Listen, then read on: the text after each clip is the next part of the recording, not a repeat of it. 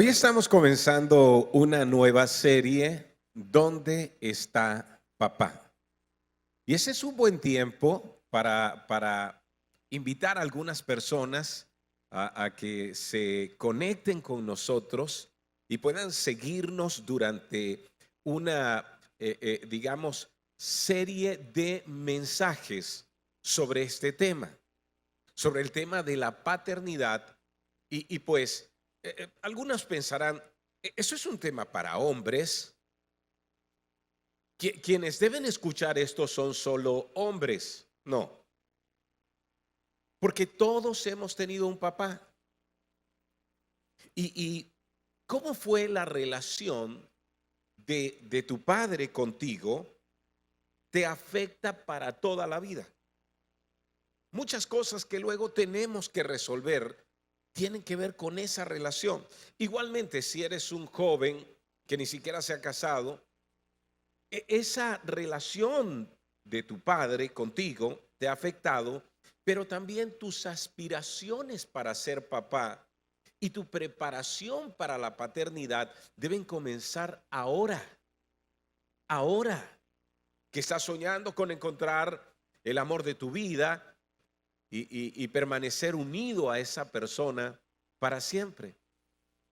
Pero inclusive esto tiene que ver con mujeres, con jóvenes, con jovencitas, porque a ellas también la relación con su papá les afecta. Inclusive puede afectar el tipo de hombres por quienes se sienten atraídas. Vamos entonces a hablar acerca de dónde está papá. Y hoy voy a contarles una historia. Así vamos a comenzar. Voy a contarles una historia de un héroe que aparece en la Biblia. Pero la Biblia tiene algo en particular. La Biblia no oculta los errores de sus héroes. Voy a hablarte del hombre cuyo nombre es el nombre más mencionado en toda la Biblia. ¿Ya sabes de quién voy a hablar? Y seguro ya vas a imaginarte de quién voy a hablar. Él aparece en la Biblia siendo un jovencito. Él es un pastor de ovejas que se convierte en un héroe de guerra y finalmente en rey de Israel, el segundo rey de Israel. Y él es el cantor de Israel.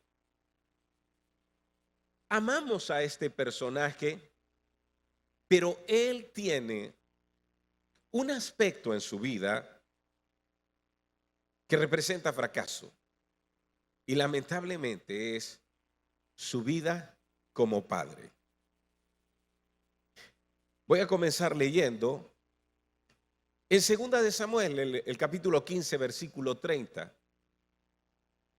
Entonces David subió el camino que lleva al monte de los olivos, llorando mientras caminaba.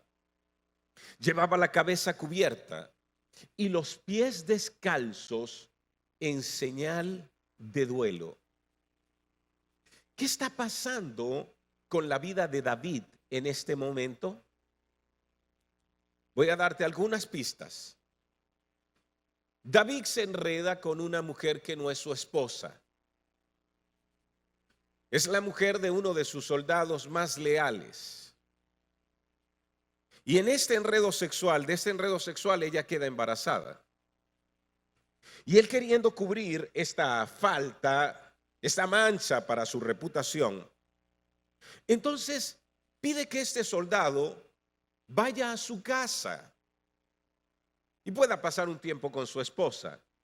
Pero este leal soldado prefiere hacer guardia frente a las puertas del palacio. Su sentido del deber era muy grande. El nombre de este hombre es Urías. Y él prefiere seguir sirviendo aunque esté en la ciudad y no ir a su casa. Así que el plan de David falla y lo que hace es que manda a llamar a uno de sus comandantes de mayor confianza y le dice: coloca a Urías en lo peor de la batalla. es la planificación de un asesinato. No lo mata con sus propias manos, pero lo expone a una muerte inevitable. Eso que hemos leído aquí sucedió 14 años después. Es decir, 14 años después, vemos a David completamente derrotado. Él mismo se ha autoexiliado de la ciudad de Jerusalén. Él ha sido derrocado como rey 14 años después de este acontecimiento. 13 años después de que Natán, el profeta, lo confronta y lo enfrenta con su pecado y le habla acerca de las consecuencias que esto traerá para su vida.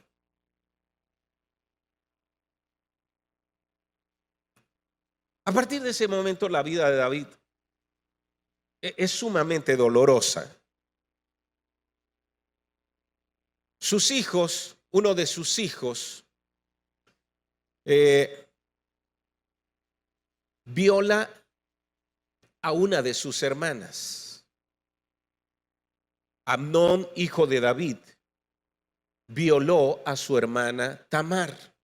Así que vamos a retroceder unos años, y eso se describe en segunda de Samuel, en el capítulo 13, el versículo 1. Absalón, hijo de David, tenía una hermana muy hermosa llamada Tamar. Y Amnón, su medio hermano, se enamoró perdidamente de ella. Así que aquí está Amnón deseando a su hermana Tamar, que es hermana de Absalón. Estamos hablando 3 hijos de David. Y Amnón entonces es aconsejado por uno de sus primos y le dice: vamos, tú eres el príncipe, tú puedes obtener lo que tú quieras. Y se hace el enfermo y pide que esta muchacha venga para cocinarle y darle la comida en la cama. Cuando esto ocurre, saca a los sirvientes de su habitación y la forza para tener relaciones sexuales con ella. Eso es terrible para Tamar, porque después de haber hecho eso, la saca de su habitación aborreciéndola, como una muñeca que se usa y luego se tira. Y ella sale de ese lugar rasgando sus vestiduras de colores que usaban las hijas de los príncipes, las doncellas hijas de los príncipes, y se coloca ceniza en la cabeza. Y Absalón sabe lo que le ocurrió a Tamar. Pero nos preguntamos, ¿cuál fue la respuesta de David? ¿Qué hizo David ante esta situación tan grave que uno de sus hijos, Amnón, ha cometido en contra de otra de sus hijas? Pues esto es lo que se describe. Cuando el rey David se enteró de lo que había sucedido, se enojó mucho. Y yo sé que ustedes se están preguntando, ¿y qué más? ¿Y qué más pasó? Díganos qué más ocurrió. Nada más. Cuando se enteró, se enojó mucho. Y uno quisiera escuchar una respuesta más contundente. Uno quisiera leer verbos, porque los verbos indican acción, ¿no es cierto? Verbos que digan y lo sancionó, y lo castigó, y lo disciplinó, y lo confrontó. Pero nada de eso ocurrió. Eso es todo lo que se dice acerca de la respuesta de David. Quizás lloró en silencio, lloró en secreto, pero no hizo nada.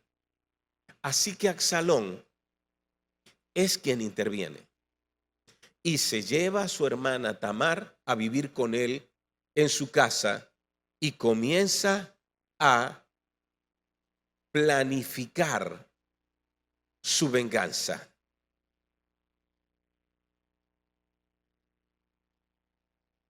Es esa manera como planifica un banquete donde va a invitar a todos sus hermanos, incluyendo a su hermano Amnón, el hombre que violó a su hermana más cercana, Tamar.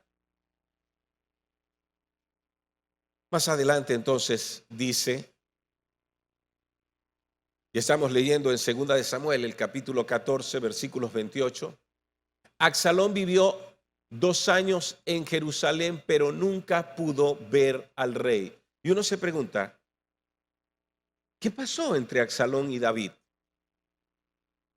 Mira lo que ocurrió. Cuando Absalón hizo este banquete, le dijo a sus sirvientes, apenas yo dé la orden, ustedes van a abalanzarse contra mi hermano Amnón y lo van a matar. No tengan miedo, yo soy quien se los dice. Y eso fue lo que ocurrió en este banquete. Ahora vemos en la familia de David una hija de él violada por su propio hermano, un hermano que mancha sus manos de sangre, otro que es asesinado. Después de esto, Absalón se va de Jerusalén para vivir en otra ciudad con su abuelo materno. Pero David no busca a Absalón, no habla con él. Y pasados 3 años, por la intervención de uno de los generales de David, Absalón vuelve a Jerusalén, pero apenas ve a su papá, quien lo saluda y lo deja ir. Y esto es increíble. Absalón regresó a Jerusalén, pero durante 2 años nunca pudo ver al rey. ¿Quién era el rey? Su papá, David. ¿Qué significa esto? Parece que en esta familia hay un papá pasivo. Parece que en esta familia hay un papá ausente que no le llama la atención a sus hijos, que no pregunta, que no resuelve los problemas, que no interviene, que no disciplina, que no corrige, que no resuelve los asuntos, que no abre el camino para una conversación difícil, para la reconciliación. Y yo sé, estamos hablando de un gran héroe. Creo que David necesitaba ese tipo de valentía que lo llevó a enfrentar al gigante Goliat. Creo que David necesitaba ese tipo de compasión que lo llevó a perdonar al primer rey de Israel, que lo persiguió para matarlo cuando él era joven, Saúl. Creo que David necesitaba de ese carácter que lo llevó a levantar un ejército, de esa determinación que lo llevó a unificar a toda una nación, pero necesitaba de todas esas cosas. ¿En dónde? Aplicar todas esas cosas ¿en dónde? En su propio hogar. En su propio hogar. Más adelante, o mejor dicho, antes de esto, se nos da una genealogía que parece ser aburrida, pero que quiero que notes lo que hay detrás de esta descripción. Vamos a 2 de Samuel, el capítulo 3, versículo 2 dice, estos son los hijos que le nacieron a David en Hebrón. El mayor fue Amnón y su madre fue Ahijonam de Jezreel. El segundo fue Daniel y su madre fue Abigail, la viuda de Nabal de Carmelo. El tercero fue Absalón y su madre fue Maaca, hija de Talmai, rey de Gesur. El cuarto fue Adonías y su madre fue Hagüit. El quinto fue Cefatías, y su madre fue Abital. El sexto fue Itreán, y su madre fue Egla, esposa de David. Todos estos hijos le nacieron a David en Hebrón. Y nosotros leemos una genealogía así y la pasamos por alto. No, está hablando de un hombre que parece que está teniendo una mujer tras otra y que está fracasando en sus relaciones matrimoniales, que está fracasando en esto de ser fiel a su esposa, de mantenerse cerca de sus hijos. Por cierto, en otra lista de los hijos de David, porque esta no es la lista completa, porque aquí, por ejemplo, no se menciona a Salomón, hijo de esa mujer con quien se enredó sexualmente, esposa de Urías, Bexabeth. Pero, por ejemplo, en Primera de Crónicas 3:9 dice, estos fueron los hijos de David, sin contar los hijos que nacieron de sus concubinas. ¡Wow! Por lo menos en la primera lista que leí, tiene 8 esposas, sin contar otras 2 de las que conocemos. 8 esposas no alcanza la semana para visitarlas a todas. Un día por vez. Pero además de eso tiene concubinas. Por eso cuando pensamos en aquella gran caída de David, al enredarse con esa mujer que es esposa de Urías, no es algo accidental. Hay un hábito en David. No fue un impulso del atardecer. Es la consecuencia de una forma de vida.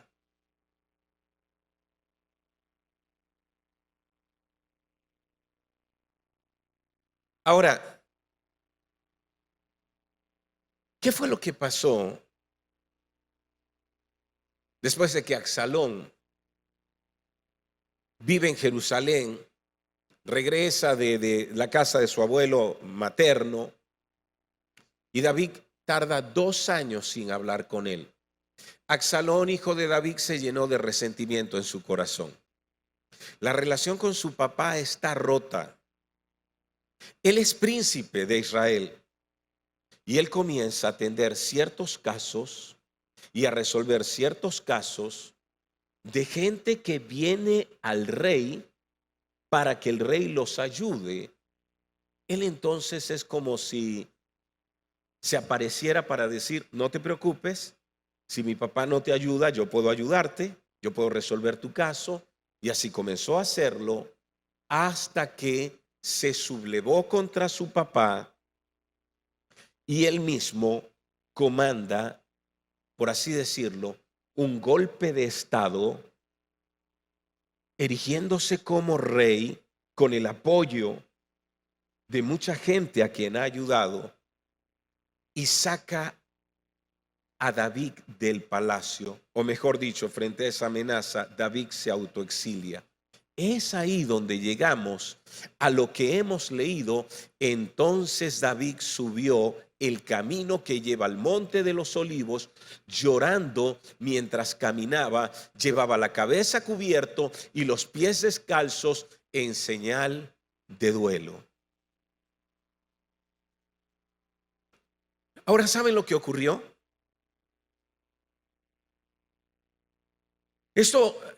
Todo esto divide a la población de Israel y se inicia una guerra. Y los soldados fieles a David van detrás de Absalón. Y en medio de todas estas batallas, Absalón es asesinado por uno de los generales de David, a pesar de que David dijo, por favor, no maten al muchacho. Si lo encuentran, no lo maten. Conserven su vida. Y es en ese momento donde escuchamos a David llorar con mucho dolor por su hijo. Dice Primera de Samuel 18:33. Entonces el rey se sintió abrumado por la emoción cuando sabe la noticia. Subió a la habitación que está sobre la entrada y se echó a llorar. Y mientras subía clamaba, oh, mi hijo Absalón, hijo mío Absalón, si tan solo yo hubiera muerto en tu lugar. Oh Absalón, mi hijo, mi hijo. Wow.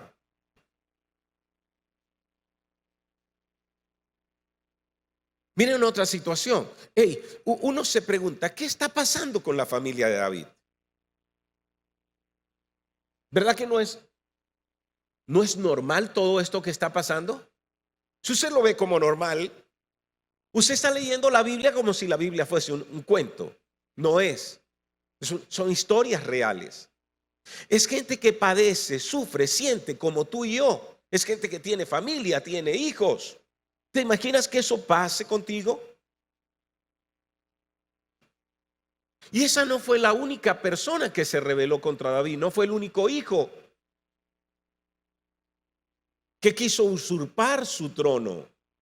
Porque en Primera de Reyes, capítulo 1, versículo 5, que describe una situación ya en los años de vejez de David, dice, por ese tiempo Adonías, hijo de David, cuya madre era Agüit, comenzó a jactarse diciendo, voy a proclamarme rey. Y su padre aún vivía.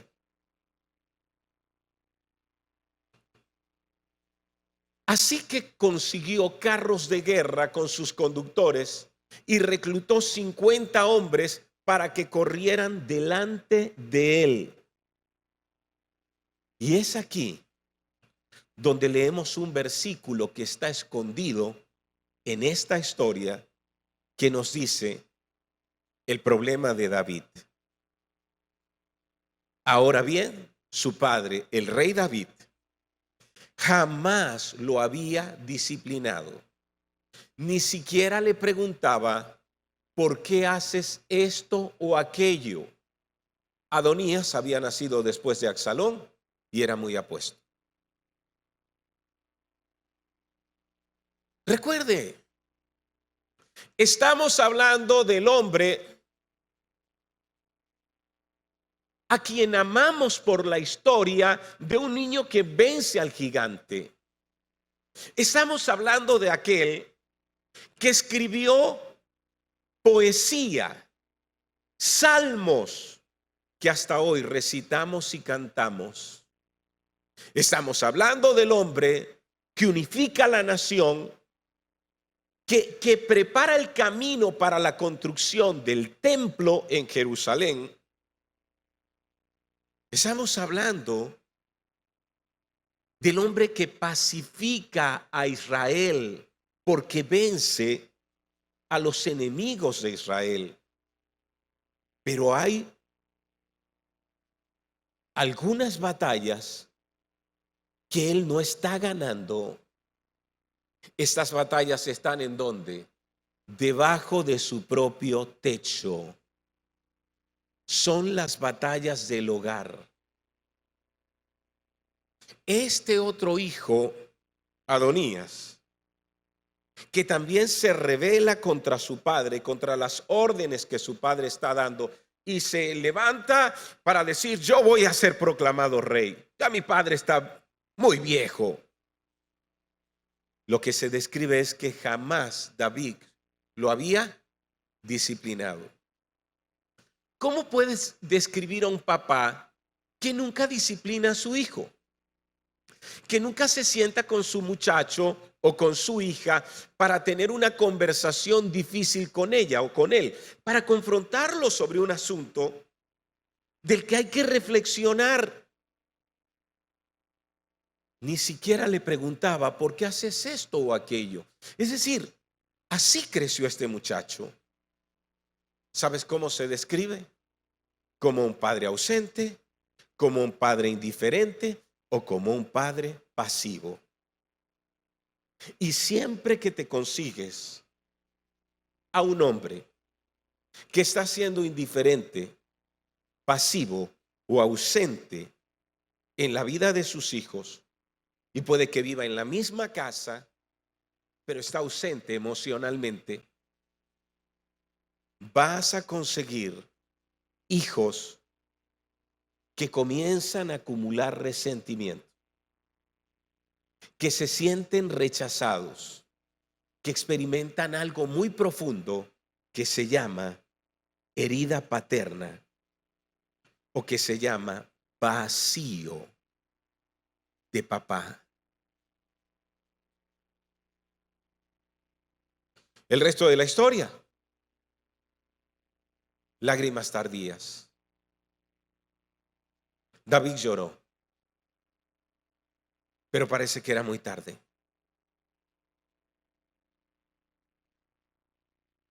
Hemos escuchado eso, ¿verdad? El llanto. ¿Sabes lo que David estaba diciendo frente a la muerte de su hijo Absalón? Yo hubiese querido dar mi vida para que él todavía viviera. Pero David, dar la vida, ¿sabes qué es? Dar todos los días parte de tu tiempo. Eso es dar la vida por tus hijos. Dar la vida, David, es conectarte con su corazón cada día. Dar la vida, David, es tener el valor de disciplinarlos y corregirlos. Dar la vida, David, es confrontarlos cuando no están haciendo lo correcto. Y eso es para tus hijos y para tus hijas. Porque posiblemente de esa manera les salves la vida.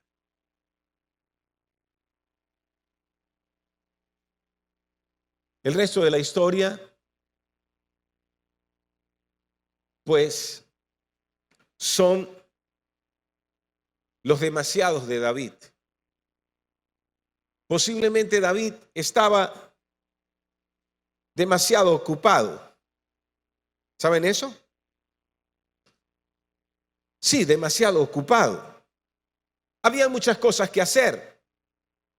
Había que levantar una nación.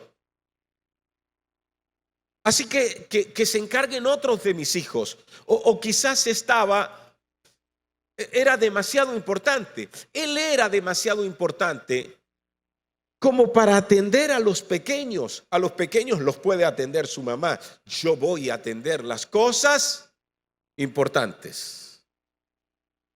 ¿Seguro? O quizás demasiado culpable.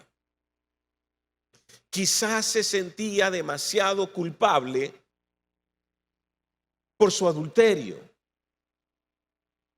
por haberse involucrado en un homicidio culposo, como para hablar a sus hijos.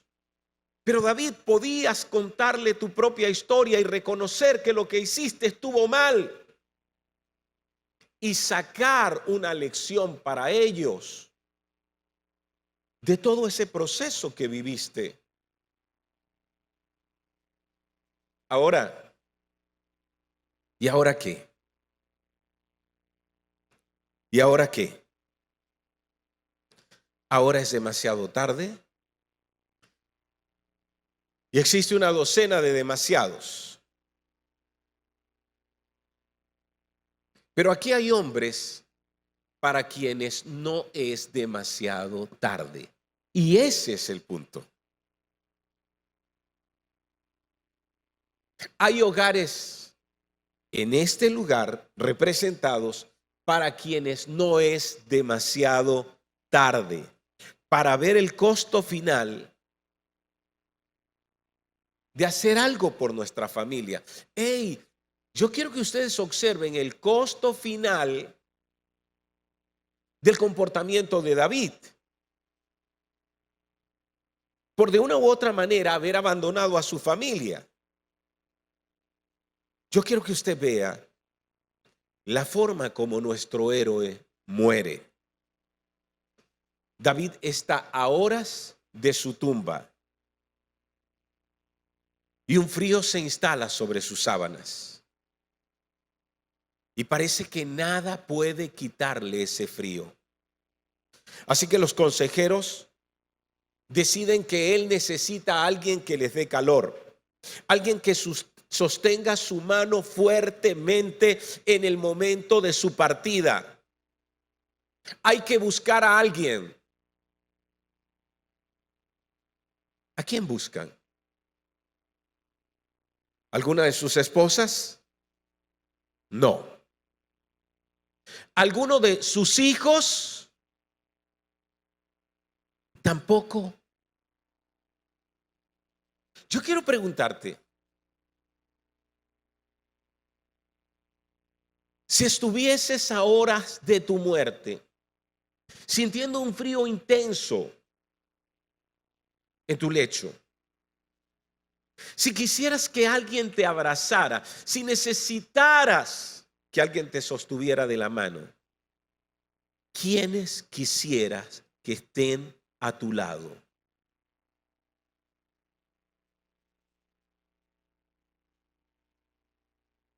¿Saben a quién buscan? Mire cómo muere nuestro héroe. Primera de Reyes, capítulo 1, versículo 3. Entonces buscaron a una muchacha hermosa por toda la tierra de Israel y encontraron a Abisag de Sunén y se la llevaron al rey. La joven era muy hermosa, cuidaba al rey y lo atendía, pero el rey no tuvo relaciones sexuales con ella. Solo necesitaba a alguien que estuviese a su lado. No era un asunto sexual, era la presencia de alguien. ¿Y sabes quién se hizo presente? No alguien de su propio hogar, sino una extraña.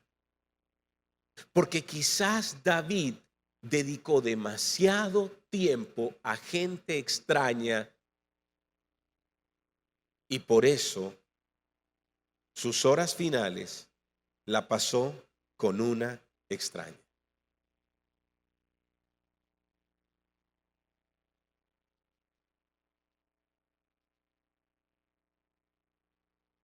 ¿Saben ustedes quiénes son las personas con mayor riesgo de suicidio?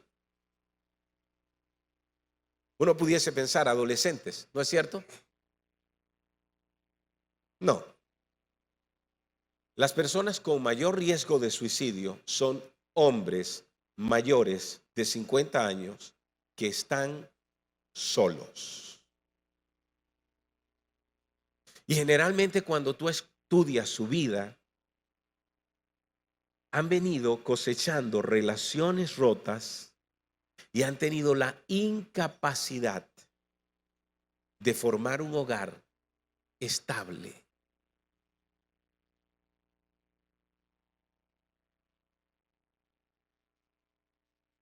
Esa es una historia triste.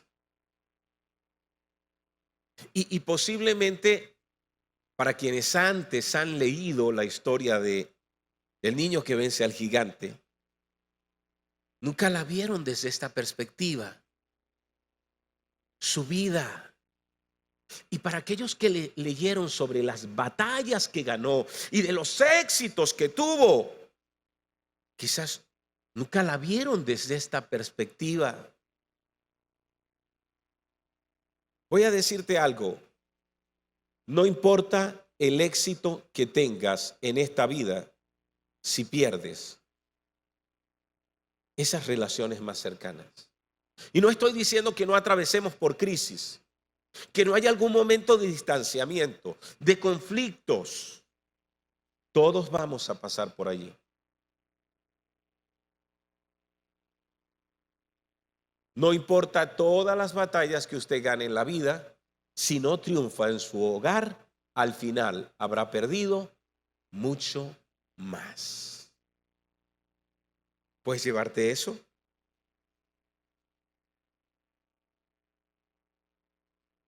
Y si aquí hay padres que se identifican esto de relaciones rotas con sus hijos, se identifican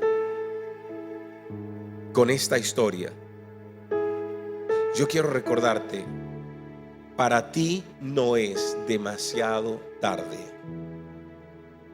Y si aquí hay hijos con relaciones rotas con su papá, porque me dicen, Álvaro, tienes que escuchar mi historia y tú vas a entender por qué ni siquiera quiero visitarlo, por qué ni siquiera hago una llamada para saludarlo.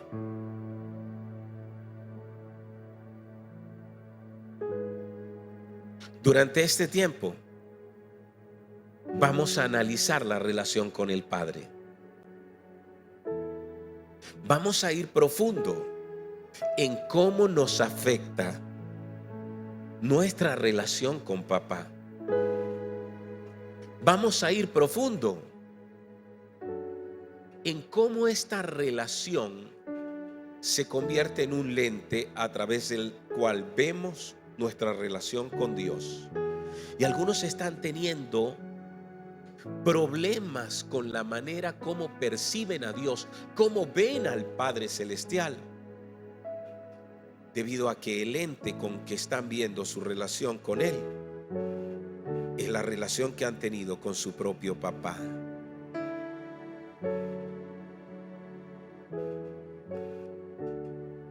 ¿Dónde está papá? Esa es una pregunta cuya respuesta señala más que un lugar. Señala el corazón. Señala la vida.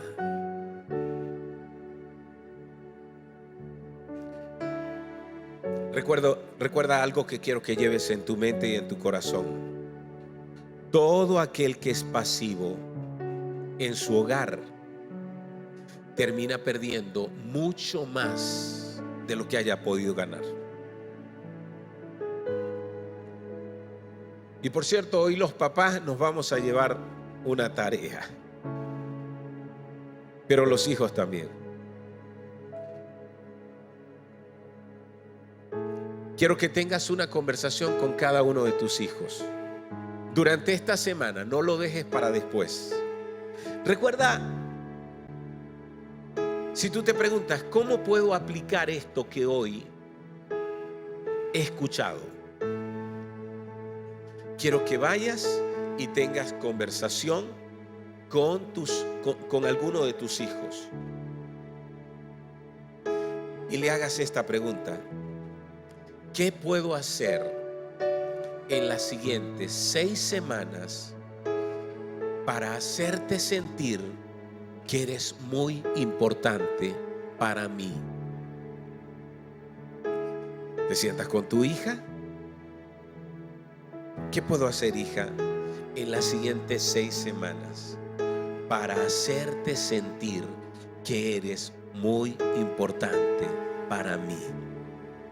Te sientas con tu varón y le dices: hijo, ¿qué puedo hacer en las siguientes 6 semanas para que sientas que eres muy importante para mí? Ese va a ser un reto. ¿Está bien?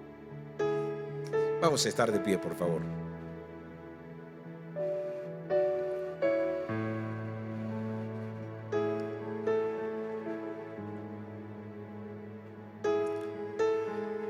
Quiero que cierres tus ojos.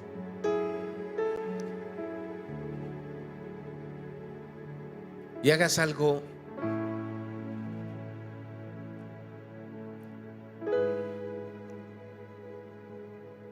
que es una reflexión contigo mismo. Si yo me sentara contigo y te preguntara, al ver tu propia vida, ¿tuviste un padre ausente, física o emocionalmente ausente? Si ese es tu caso, lleva tu mano sobre tu pecho, ahí cerca de tu corazón. ¿Te identificas con uno de los hijos de David?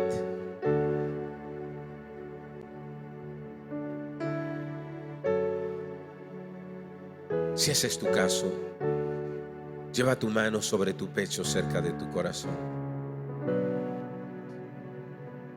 ¿Y sabes qué estoy viendo? Que casi el 50%, la mitad o más de este auditorio, se identifica con eso.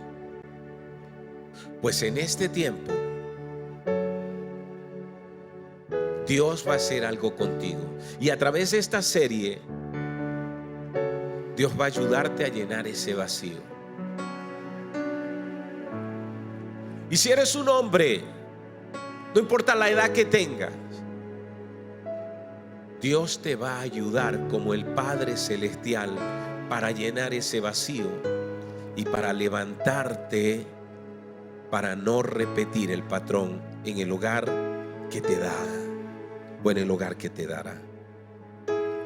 Y si eres una mujer, Dios quiere llenar ese vacío para que no cometas